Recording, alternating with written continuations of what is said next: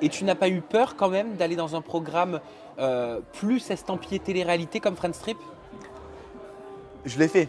Je l'ai fait. Donc après, je te cache pas qu'avant de partir, et là je le dis, j'ai fait 2 nuits blanches. Tu vois, avant de partir à Friends Trip, j'ai fait 2 nuits blanches. Je me suis dit, putain Coco, là tu pars tout seul, tout le monde se connaît. Tu viens de Koh Lanta, ça peut être un peu mal vu par certains. Enfin, tu vois, tu peux être vite objet à dégager. Et c'est là que je me suis dit que, putain, mais je répète, il faut avoir des couilles. Tu vas, tu connais personne, tu connais pas le monde de la télé. Tu vas, moi je n'étais pas habitué à avoir des micros tout le temps sur moi. C'était, à Koh Lanta, on n'avait pas ça par exemple. Et je me suis dit, waouh, là c'est un grand défi que tu vas te lancer. Et tu vois, moi ça m'a plaisir de parler de toi parce que au moins c'est des messages que je peux passer.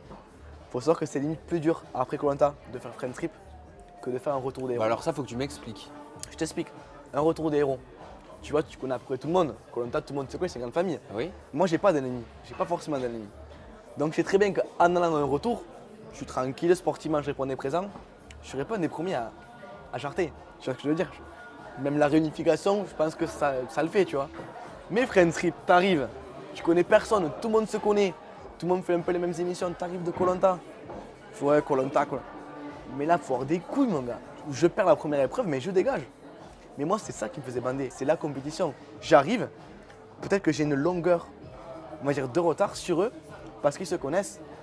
Et parce que je pense que certains auront, on va dire, un plaisir à dégager, genre un mec qui vient de Koh Lanta, tu vois. Ah bah bien sûr, c'est un peu la target, la cible à abattre. Mais exactement, et moi, c'est ce que je kiffais.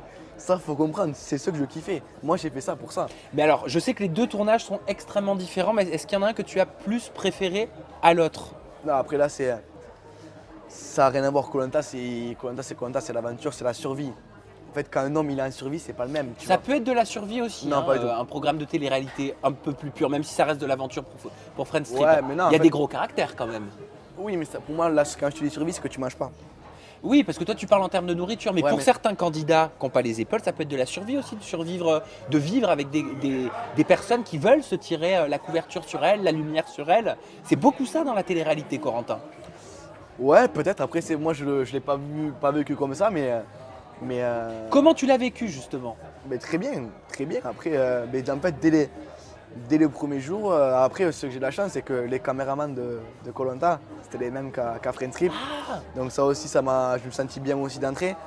Et après, je suis resté moi-même. Et en restant moi-même, des personnes sont approchées de moi. Après, je suis cool, je suis bon délire, j'adore faire la fête, je dois rigoler. Donc, je me suis intégré tout seul. Et honnêtement, aujourd'hui, quand on se voit tous les 12, mais je me sens pas du tout à l'écart, bien au contraire. Avec qui tu t'es le plus entendu? Avec qui ça a matché Tellement- tout de suite? Tout de suite, il y a eu Tom. D'entrée, Tom, ça a bien matché. Claire, ça a bien passé.